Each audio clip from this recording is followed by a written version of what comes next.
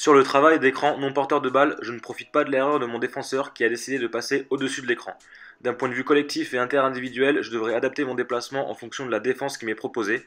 Bénéficier de cet écran va me permettre de créer un décalage grâce à mon coéquipier et la meilleure réponse aurait été de flairer dans le corner à 0 degré en voyant mon défenseur passer au-dessus. Dans la situation suivante, voyant l'écran arriver dans mon dos et voyant mon joueur passer le ballon, je vais aller là où mon attaquant veut m'emmener. La bonne réponse aurait été de faire un saut à la balle de façon à orienter mon défenseur et lui interdire la prise d'écran. Dans cette situation, ma défense est mal adaptée pour un 3 contre 3. Si je décide de passer devant mon attaquant en défense, cela va obliger mon coéquipier à se positionner en aide défensive pour empêcher la passe lobée, laissant son joueur totalement libre. Ici, je suis bien trop loin de mon attaquant, et de plus, je n'ai aucune orientation défensive alors qu'il est à 45 degrés. Il a donc la possibilité de me driver dans l'axe, ce qui obligerait mon coéquipier à déclencher une aide, laissant ainsi son joueur libre.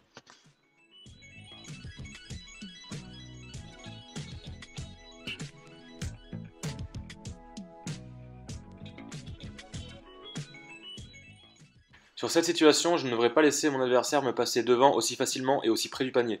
La bonne réponse ici aurait été de contester la passe en se mettant en défense trois quarts fermée ou de bumper mon attaquant pour ne pas subir ses déplacements. Sur le plan collectif, l'écran est efficace car je ne fais pas l'effort d'adapter ma défense, alors que mes deux coéquipiers sont correctement positionnés sur leurs joueurs respectifs.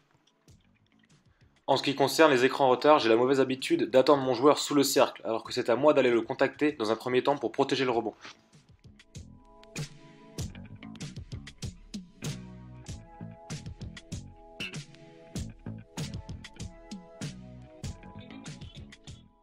Je sais correctement me situer en défense sur non porteur de balle en fonction du positionnement de la balle et de mon joueur.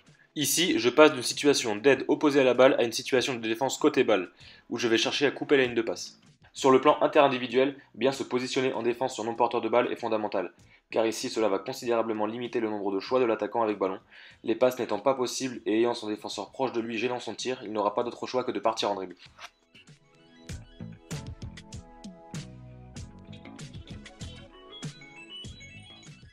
Sur mes prises d'écran non porteur de balle, je garde toujours un œil sur mon défenseur. Ici, il a décidé de passer au-dessus de l'écran, je vais donc flairer pour me créer le plus d'espace possible.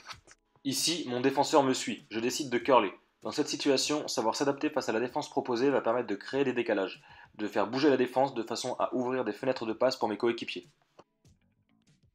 Sur la prise d'écran, je décide d'attaquer fort le panier, ce qui va me permettre de fixer les trois défenseurs en même temps. Mon coéquipier a la bonne initiative d'ouvrir la ligne de passe en remontant à 45 degrés. Il aura tout son temps pour prendre son tir. Ici, le défenseur du poseur d'écran sort trop loin pour m'empêcher de driver dans l'axe. Mon coéquipier a très bien roulé après son écran, l'aide n'est pas là, je décide de le servir pour un tir en course facile. Les attaques en dribble de mes coéquipiers vont créer des décalages.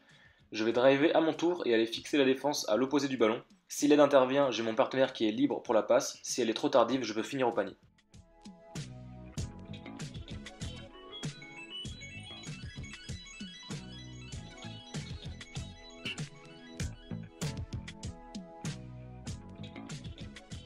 Que ce soit sur un 5 contre 5 ou un 3 contre 3, il faut toujours être en mouvement quand on est non porteur de balle pour offrir des solutions de passe à mes partenaires.